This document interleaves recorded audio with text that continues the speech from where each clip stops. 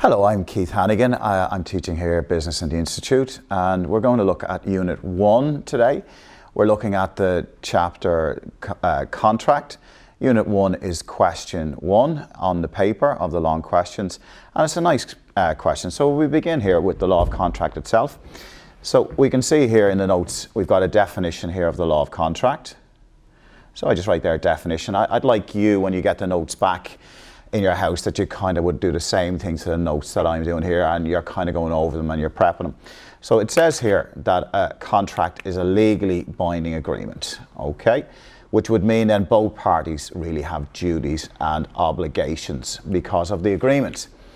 If we come down here, if we look at here, the idea consent. Now this was on last year's Leaving Cert. So if I go LCQ, Leaving Cert question, yeah. And it asked you about consent, was one of the questions, and it asked you to also explain 3 of the terms of the contract. So if I write here, it was a 20-mark question.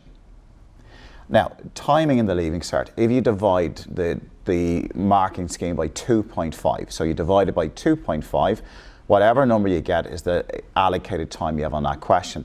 So you would have on that question 8 minutes. Now, that applies to all questions on the Leaving Cert, short questions and long questions, except for the ABQ. So later on in the week, when we're looking at the ABQ, we'll have a different timing system. But from now on, every time you get a question, which is a short question or a long question, if you divide that mark by 2.5, that tells you how long. For an example, if this was a 10-mark question, you would divide 10 by 2.5 would be 4. You would have 4 minutes on it. Yeah. Now, the amount of bullet points you have to do will vary. For this last year, they wanted 4 bullet points. Yeah. So I need to explain what a consent is. I need to explain what an offer is, and 2 more elements of the contract. 4 into 20 would be 5 marks each. And on the marking scheme, it was 3 plus 2 was the marking scheme. So that would mean I need to give at least 2 good points. Hopefully the first point will earn me a 3 and the second will earn me a 2. So if I look at consent, so I would say there consent is required, and it must be voluntary and must be of their own free will. So if I just change to a red pen here, so if I underline that, I'm saying you're telling me this bit of information that consent must be voluntary and of your own free will. The first one is a 3. I'm quite happy to say right there is a good bit of textbook knowledge that deserves a 3.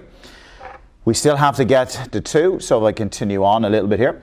If there was force used, a lie told or intimidation to get the consent of one party, then the consent is not voluntary and the contract may be rescinded. Now there's a lovely second point. If there was a lie, intimidation, or again, it may be rescinded, and I'm giving you 2. Now, what we've got there is the first bullet point down. I've scored a 3 and a 2, that's 5 out of 20. I need to do 3 more points. So again, on last year's Leaving Cert, it went then into the elements. So it asked you then what was an offer. So again, the offer was marked at 3 plus 2. So if I'm sitting down there, I've learned this in my class. I've been working hard. I've got a lot about an offer in my head from my textbook, from my teacher. I need to now put down 2 good bits of information. So you try to put your best bits down that explains it. So I would say an offer is one person making a promise to be bound by that offer if it is properly accepted. So if I underline those there, highlight them, a promise to be bound by the contract if it's properly accepted. So I'm sitting there going, that's excellent. That really explains it to me. Yeah. Now I can do a little bit more. I can say it can be accepted or rejected, okay? I can say also that the offer has to be complete, clear and unconditional. It can be cancelled any time before the acceptance. But I feel I've already given my explanation, so he's probably really looking for an example now. So if an individual wishes to purchase a house, they must enter an estate agents and make an offer to purchase the house. And I say there's great, there's 2. So although there's an awful lot of writing and explanation in that passage there, really there's a 3 and a 2. I gave 1 really good bit of information there. I'm hoping, textbook, I'm hoping to get a 3. And I've given a good example. So now I have 10. I'm halfway there. I do 2 more. So if I flick over. Now, acceptance wasn't on the paper last year. So if I just go extra, and we'll just do this here. And if I just mark it as a 3 and a 2, so the question itself asks you to do consideration, asks you to do offer, asks you to do capacity contract and legality of form. But we'll have a go at acceptance. We won't do them all. But so again, 2 bits of information. I can see there are 3. If you get all 3 down, it's fine. But if you at least get 2 down, you're probably getting the mark. So what's it mean? An acceptance, it means to unconditionally agree to the terms of the offer being made. So I'm going to unconditionally say, yes, I will sell you that house. Yeah. Again, if there was any changes made to it, so let's say the first person was selling the house for 100,000 and you said, I'll accept it, but I will buy for 80,000. You've made a change. That's not a proper acceptance because it's a counter offer. Remember, the agreement, the key word here is it must be unconditionally agreed to get the 3.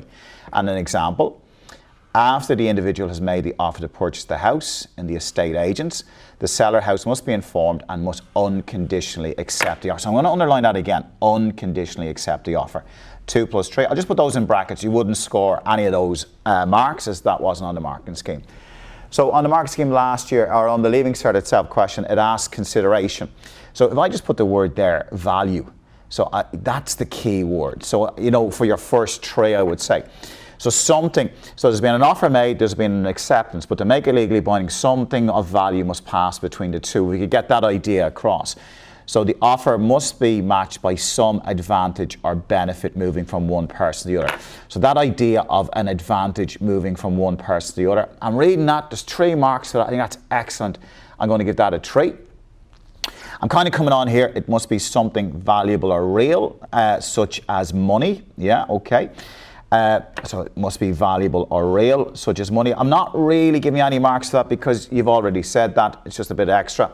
And then I give an example. To purchase the house, the buyer must now put a 10% deposit or give a 10% deposit by cheque to make it valid. And there's your 2. Yeah. So intention to contract is there for you. It wasn't on the paper last year. It's never been asked on its own. So you can read yourself. It's quite simple. Capacity was, okay, so if you listen before we read this here, what would I be looking for? I would be looking for you to tell me that there are 2 types of people who can enter a contract, yeah? So a natural person, someone over the age of 18, or a corporate person, a company. Now, I would also accept, if you want to write this down, who can't enter the contract, so you probably know this here, the legal infant or persons of unsound mind. But will you watch again?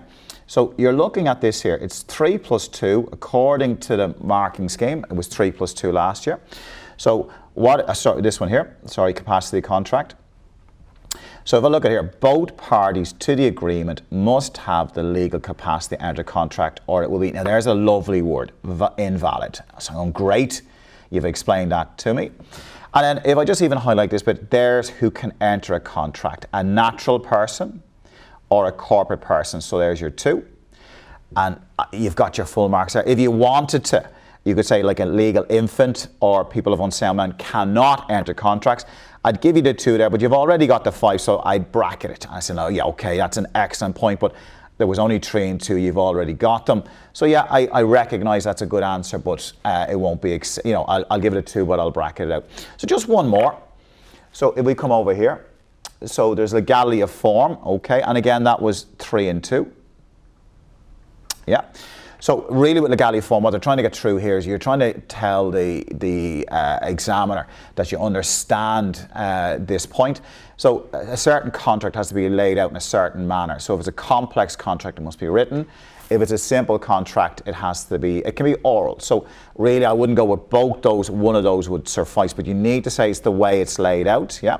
So if a contract, by law, it needs to be laid down in a specific manner, it must be laid down, and then we're using that word again, or it will be invalid. But that's fine to use it a second time, it's the explanation. A buyer of a house must sign the contract, because it's complex, to make it legally binding as the sale of a house requires legality of form. Funny, if you want to put that an extra bit in, all hire purchase contracts have to have legality of form. So that's kind of a nice point as well. And folks, legality of purpose, again, you can read that yourself. It would have been a 3 and 2, it wasn't on the paper last year. Yeah. So again, sticking in this area of contract, there's a question here on invitation to treat. Invitation to treat hasn't come up in about 15 or 16 years. When it did come up, I look back at this here. The marking scheme for it was 4 plus 3 plus 3. Okay, so I know now I have to give 3 bits of information. It was 10 marks. Now, there's only one bullet point because it's just asked about invitation to treat. It's not like it's asking you how do you terminate a contract that has 4 bullet points. So it's just one bullet point. If I go there, one bullet point. It's at the 10 marks. It's 4 plus 3 plus 3. Now, if you remember the rule, 10 marks, how long have I got to get these 3 points down? If I divide 10 by 2.5, I get 4 minutes. So I have 4 minutes to give 3 points across to explain invitation to treat. And they got to look like textbook. This is what we're looking for. We're not looking for you trying to remember what your teacher told you in class, and it sure was excellent. You're trying to remember this is textbook and it explains it really, really well. So the first one, what we're trying to get across with invitation to treat is that in itself, it is not legally binding. It's not one of the 7 elements. It's just an invitation for you to come up and start the process of entering the contract. So if I have a look at this here, an invitation to treat is the beginning of the process where a person is invited in to discuss the making of an offer. So I'm just going, you're invited in. I'm looking at that, that's excellent. I'm saying that student really understands, because this is tricky. That's fine, I'm willing to give you your marks there. It is not an offer, and this would be very important. So you're going to say it's not legally binding, yeah? So the invitation to treat is not legally binding as it's not an offer, yeah? So 3. It's just a guideline. It's just basically telling you what they're willing to sell it for. And folks, a great example would be an advertisement, a price tags or goods on display in a shop window are not legally binding. So if I underline there a price tag and I would go 3, you've given me, so what have I done? I've explained it. I said that it's not legally binding, and I've given several examples. So advertisements, I like the price tag, displays in a shop window is getting me their marks. And if I go there, that gets me my 10 out of 10. Now, I'm going on in this section here to kind of combine. There's an invitation to treat is here. There's an offer here. The next sentence and the last sentence is about the acceptance. So I'm putting all 3 together, showing that they're different, but we don't need that. We've already got the marks. I've got the 4, the 3, the 3. I'm happy to move on, and I've explained it well. In many ways, it's kind of protecting the shop, the invitation to treat. If you were going in and they put the wrong price tag on a pair of jeans, let's say the jeans were €100 and you put €10 on the price tag. If that was actually an offer and you went up to the shopkeeper to buy it, they would have been bound by the €10, but all they'd say, no, that's not an offer, it's an invitation to treat, it was only a guideline. That is incorrect. I am not bound by it. If you want to buy it, it's €100. So it's a bit of protection from the shop from a mistake, yeah?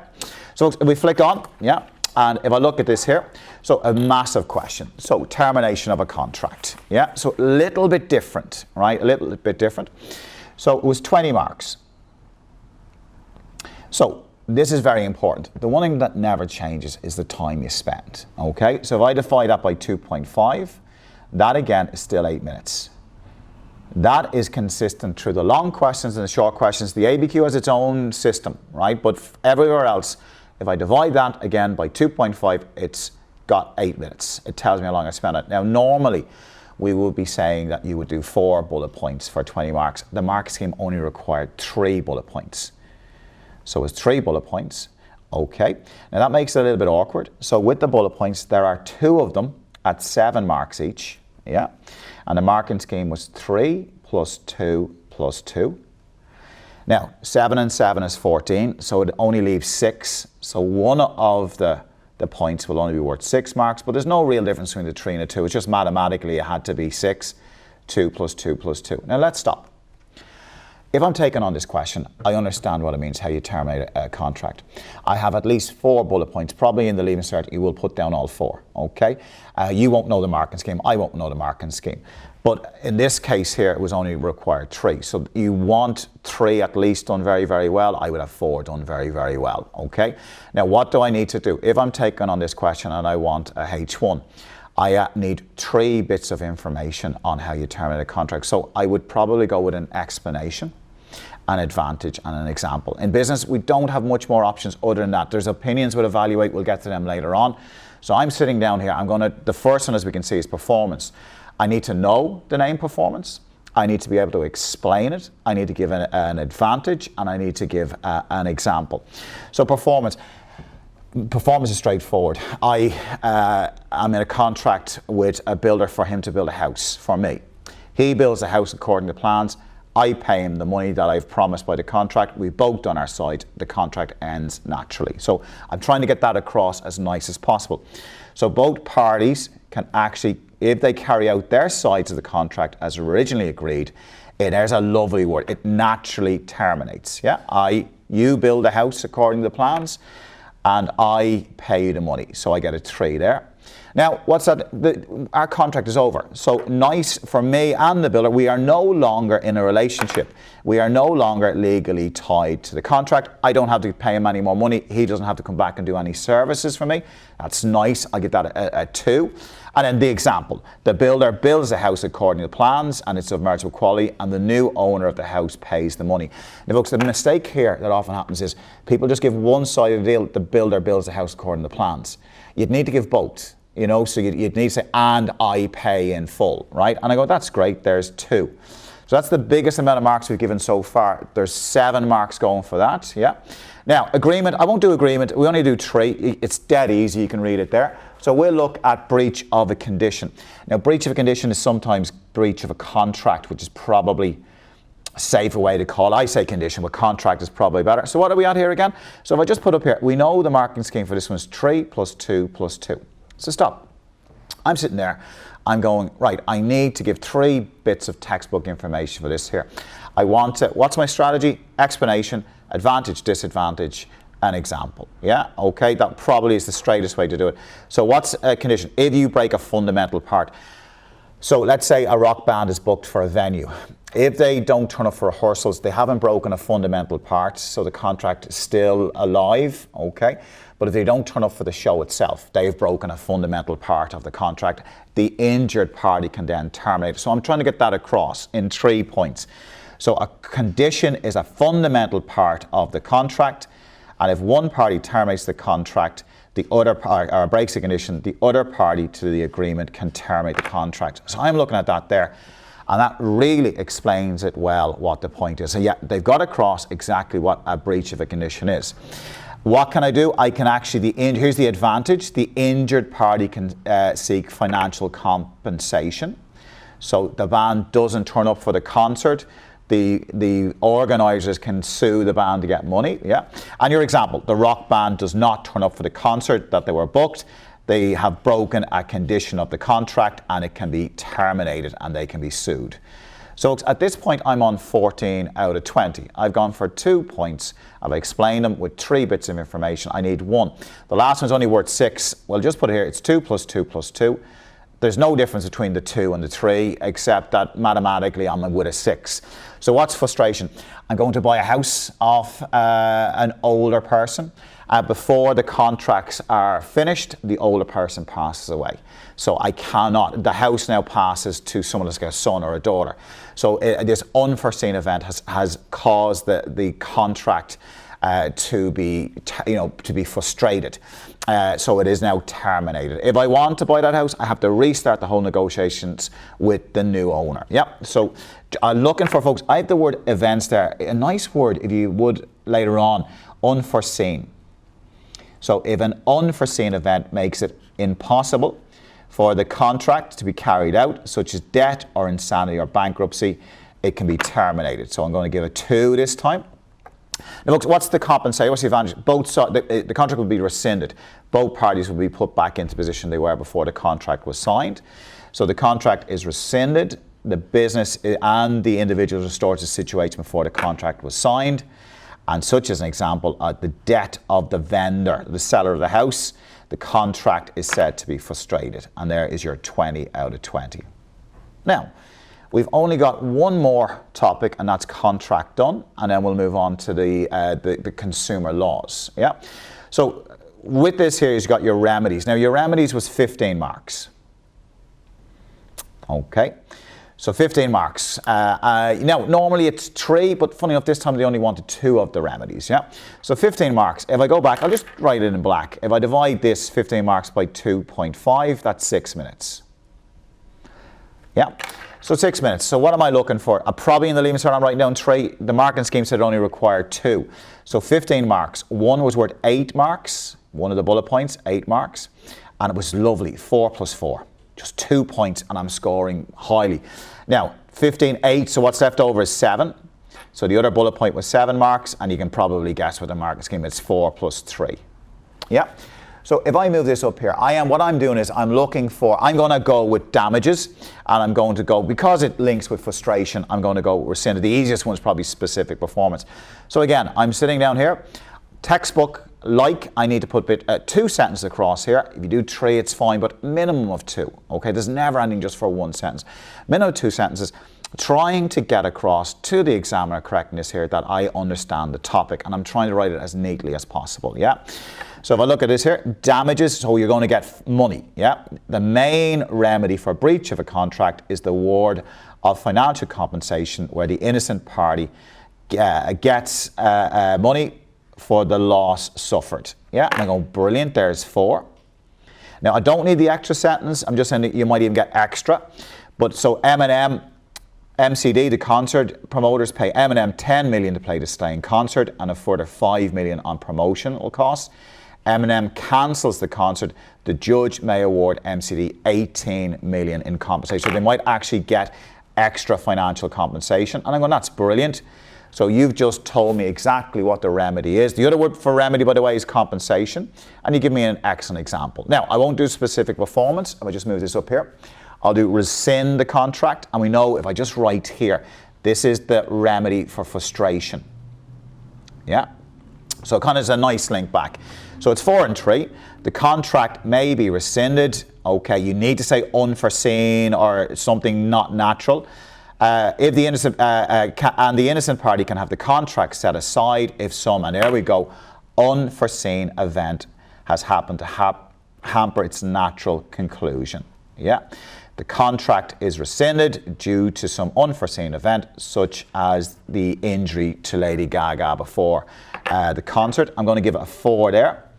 Probably the better point here is, so each party will be restored to the situation they were in before they enter the contract, ensuring minimal loss. That's a very important point, so I'll put that there. That's your 3. So if I look at it here, I got the 4 and the 4, and I got another 4 and another 3, so I've scored 15 out of 15. Now, if we just stop and just talk there, one thing that I'd like you to take in was on this first area here, we'll talk about the marking scheme in a second. One thing that's very important, a lot of students will suffer, is timing. And I know you keep going. I know my own students will go, I keep running out of time, We've got it very, very simple. Yeah. So the marking scheme in the short questions in the ABQ, we divide by 2.5, it will tell us. So if I run through all possible combinations, yeah, a 30-mark question, if I divide that by 2.5 is 12 minutes. Yeah. 25-mark question. So we'll go down in steps of 5. A 25-mark question, if I divide by 2.5, is 10 minutes. The mark that you'll see most common is the 20-mark, divide by 2.5 is 8 minutes. 15-mark question, divide by 2.5 is 6 minutes. 10-mark question, which is so important for the short questions. Every short question is 10 marks. Divide by 2.5 is 4 minutes. So every short question, all 8 that you do on the day, it is 4 minutes, 4 minutes, 4 minutes. Yeah. So staying in Unit 1, that's the chapter on contract done. We're going to now move into consumer law.